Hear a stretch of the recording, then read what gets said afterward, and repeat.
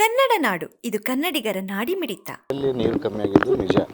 ಅದು ಯಾಕೆ ಆಗಿದೆ ಅಂತಂದರೆ ನಮ್ಮದು ಈ ಟ್ರಸ್ಟ್ ಗೇಟ್ ಅವೆಲ್ಲ ಸ್ವಲ್ಪ ರಿಪೇರಿ ಎಲ್ಲ ನಡೀತಿತ್ತಲ್ಲ, ಅದು ವಿಚಾರಕ್ಕೆ ನಾವು ನಮ್ಮ ಕೋಟ ನೀರು ತೊಗೊಂಡಿಲ್ಲ. ಅದ್ರ ಜೊತೆಗೆ ಕಾಲುವೆ ಲೈನಿಂಗ್ ವರ್ಕ್ ನಡೀತಿದೆ.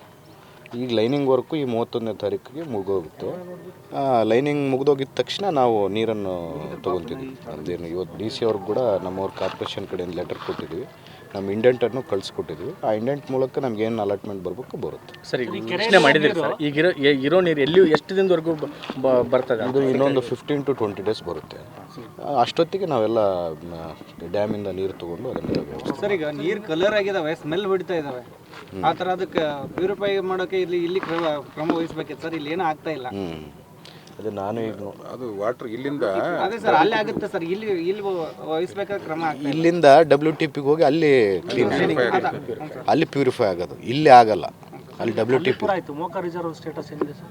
ಅದನ್ನು ವಿಸಿಟ್ ಮಾಡಬೇಕು, ನಾಳೆ ಮಾಡ್ತೀನಿ. ಸರ್, ಬೇಸಿಗೆ ಬಂದಾಗ ಅಷ್ಟೇ ಈ ರೀತಿ ಆಗೋದಕ್ಕಿಂತ ಮುನ್ನೆಚ್ಚರಿಕೆಯಾಗಿ ಇನ್ನೊಂದಿಷ್ಟು ಕೆರೆಗಳು ಮಾಡ್ಬೋದು ಫ್ಯೂಚರ್. ಇಲ್ಲ, ನಾವು ಮಾಡ್ತಿದ್ದೀವಲ್ಲ ಈಗ. ಅದು 1200 ಕೋಟಿ ಪ್ರಾಜೆಕ್ಟು, 1200 ಕೋಟಿ ಪ್ರಾಜೆಕ್ಟ್ ಏನು ಹೇಳಿದ್ದೀವಿ, ಅದರಲ್ಲಿ ಕೊಲಗಲ್ ಹತ್ರ ಒಂದು ಕೆರೆ ಮಾಡ್ಕೊತಿದ್ದೀವಿ. ಅದರಲ್ಲಿ ಇದರಲ್ಲಿ ಏನು ಫಸ್ಟ್ ಫೇಸಲ್ಲಿ 270 ಕೋಟಿ ಸಪ್ಲೈ ಚೈನ್ಗೆ, ಓವರ್ ಹೆಡ್ ಟ್ಯಾಂಕ್ಸ್ಗೆ ಏನು ಇಟ್ಕೊಂಡಿದ್ವಿ. ಸೆಕೆಂಡ್ ಫೇಸಲ್ಲಿ ಏನು ಪೈಪ್ಲೈನ್ ಬರುತ್ತಲ್ಲ, ಅದು ಸ್ಟೋರೇಜ್ಗಂತೂ ಕೊಲಗಲ್ಲಲ್ಲಿ ಒಂದು ಕೆರೆ 200 ಎಕರೆಯಲ್ಲಿ ಮಾಡ್ಕೊತೀವಿ. ಸರ್, ಬೇಸಿಗೆ ಆರಂಭದಲ್ಲೇ ಸಿಟಿಗೆ 12ರಿಂದ 15 ದಿನಕ್ಕೆ ಒಂದು ಸಾರಿ ನೀರು ಬಿಡ್ತಾ ಇದ್ದಾರೆ ಸರ್. ಅದೇ ಸಮಸ್ಯೆ ಏನಂದರೆ ನೀರಿನ ತೊಂದರೆ ಏನಿಲ್ಲ. ಈ ಕಾಲುವೆ ಲೈನಿಂಗ್ ವರ್ಕು ಮತ್ತು ಈ ಟ್ರಸ್ಟ್ ಗೇಟ್ಸ್ದು ಸ್ವಲ್ಪ ರಿಪೇರಿ ಅವೆಲ್ಲ ಇದ್ವಲ್ಲ, ಅದಕ್ಕೋಸ್ಕರ ನಮಗೆ ನೀರು ತೊಗೊಳಕ್ಕೆ ಆಗಲಿಲ್ಲ. ನಮ್ಮ ಅಲಾಟ್ಮೆಂಟ್ ಸಮಸ್ಯೆ ಇದ್ದಲ್ಲಿ ಟ್ಯಾಂಕರ್ ಮೂಲಕ ಏನಾದರೂ ನೀರು ಇಲ್ಲ. ಅದು ಪ್ರತಿ ವರ್ಷ ನಮ್ಮ ಟಚ್ ಫಾರ್ ಲೈಫ್ ಫೌಂಡೇಶನ್ ಕಡೆಯಿಂದ ಹೋದ ಸಾರಿ ಕೂಡ ಅಷ್ಟಕ್ಕೆ ಮುಂಚೆ ಕೂಡ 100 ಟ್ಯಾಂಕರ್ಗಳು ಇಟ್ಟು ನಾವೇ ಮಾಡಿಸಿದ್ವಿ. ನಮ್ಮ ಟ್ರಸ್ಟ್ ಕಡೆಯಿಂದ ಈ ಸಾರಿ ಕೂಡ ಟ್ಯಾಂಕರ್ಗಳು ಇಟ್ಟು ನೀರನ್ನು ಕೊಡಿ.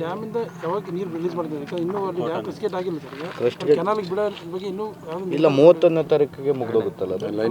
ಲೈನಿಂಗ್ ವರ್ಕ್ ಮುಗಿಯುತ್ತೆ. ನಾವು ಏಪ್ರಿಲ್ ಯಾವತ್ತು ನಾವು ಕೇಳಿರೋದು 16th ಕೇಳಿದ್ದೀವಿ. ಸರ್, ಈಗ ಜನರಿಗೆ ಆತಂಕ ಅಂತಂದ್ರೆ ಟ್ರಸ್ಟ್ ಗೇಟ್ ರಿಪೇರಿ ನಡೀತಾ ಇದೆ, ಡ್ಯಾಮಲ್ಲಿ ನೀರಿಲ್ಲ.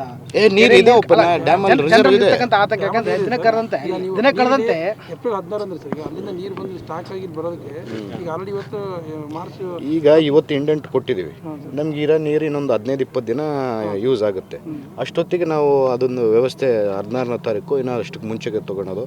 ಯಾಕಂದರೆ ಫಸ್ಟು ಆಂಧ್ರ ಅವ್ರಿಗೆ ಬಿಡುಗಡೆ ಮಾಡಬೇಕು, ಆದಮೇಲೆ ನಾವು ತೊಗೋಬೇಕು. ಹೆಂಗೆ ಆಂಧ್ರ ಕೋಟ ಬಿಡುಗಡೆ ಮಾಡಿದಾಗ ನಾವು ತೊಗೊಳೋದು, ಇಲ್ಲಾಂದ್ರೆ ನಾವು ಸಪ್ರೇಟಾಗಿ ತೊಗೊಳೋದು. ಒಂದು ಸಲ ಡಿ ಸಿ ಹತ್ರ ಚರ್ಚೆ ಮಾಡ್ಕೊಂಡು ನಾವು. ಸರ್, ಈಗ ಏಪ್ರಿಲ್ವರೆಗೆ ಅಂತ ಹೇಳಿದ್ರೆ ಬಹುತೇಕ ಡೆಡ್ ಸ್ಟೋರೇಜ್ಗೆ ಹೋಗ್ತದೆ ಸರ್ ಡ್ಯಾಮ್ ನೀರು. ಸರ್, ಡೆಡ್ ಸ್ಟೋರೇಜ್ಗೆ ಹೋದಾಗ ಎಲ್ಲಿಗೂ ರಿಲೀಸ್ ಮಾಡಲಿ. ಡ್ಯಾಮಲ್ಲಿ ಇದೆ ನೀರು, ಡ್ಯಾಮಲ್ಲಿ ನೀರಿದೆ.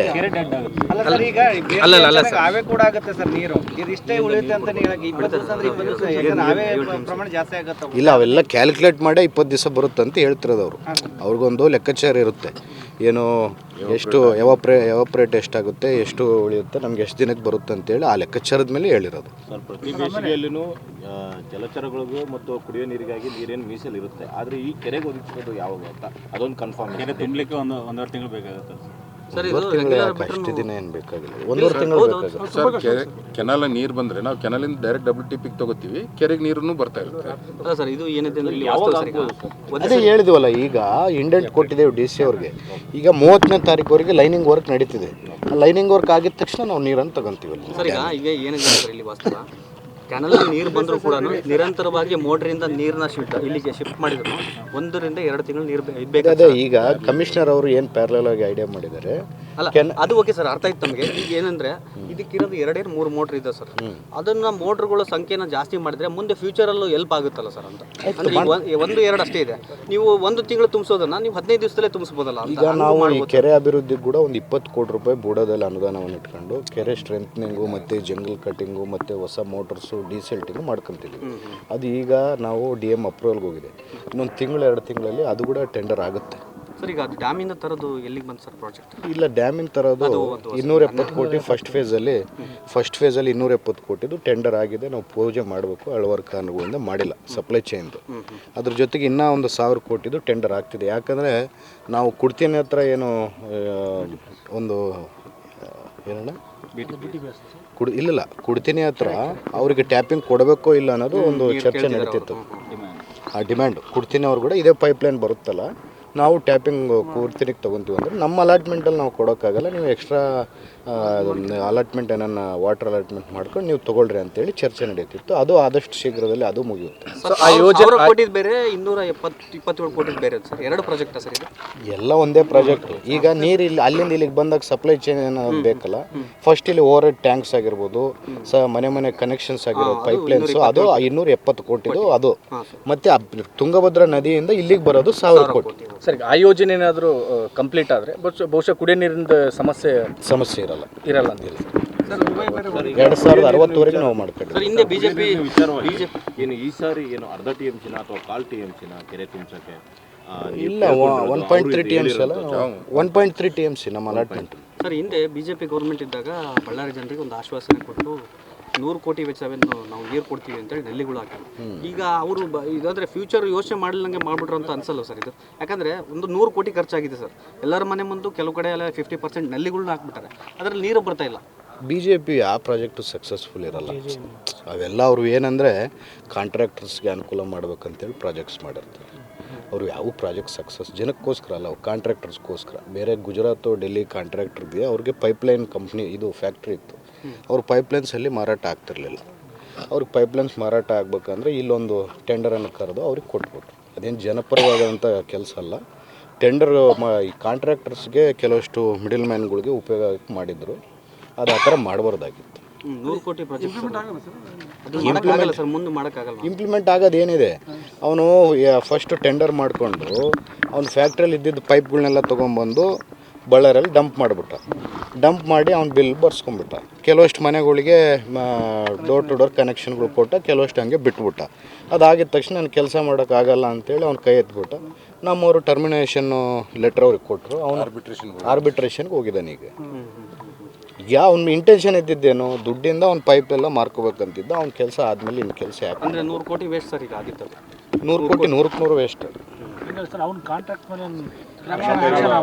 ಮಾಡ್ಬೋದಲ್ಲ ಸರ್? ಅದೇ ಈಗ ಆರ್ಬಿಟ್ರೇಷನ್ ನಡೀತಿದೆ. ನಾವು ಇಷ್ಟಕ್ಕೆ ಮುಂಚೆ ಇದ್ದವ್ರು ಕೂಡ ಎಚ್ಚೆತ್ತುಕೊಂಡು ಯಾವ ರೀತಿಯಲ್ಲಿ ಈ ಪ್ರಾಜೆಕ್ಟನ್ನು ಡಿಸೈನ್ ಮಾಡಿದ್ದಾರೆ ಅಂತ ನೋಡಬೇಕಾಗಿತ್ತು. ಅವ್ರು ನೋಡಲಿಲ್ಲ ಹಲವಾರು ಕಾರಣಗಳಿಂದ.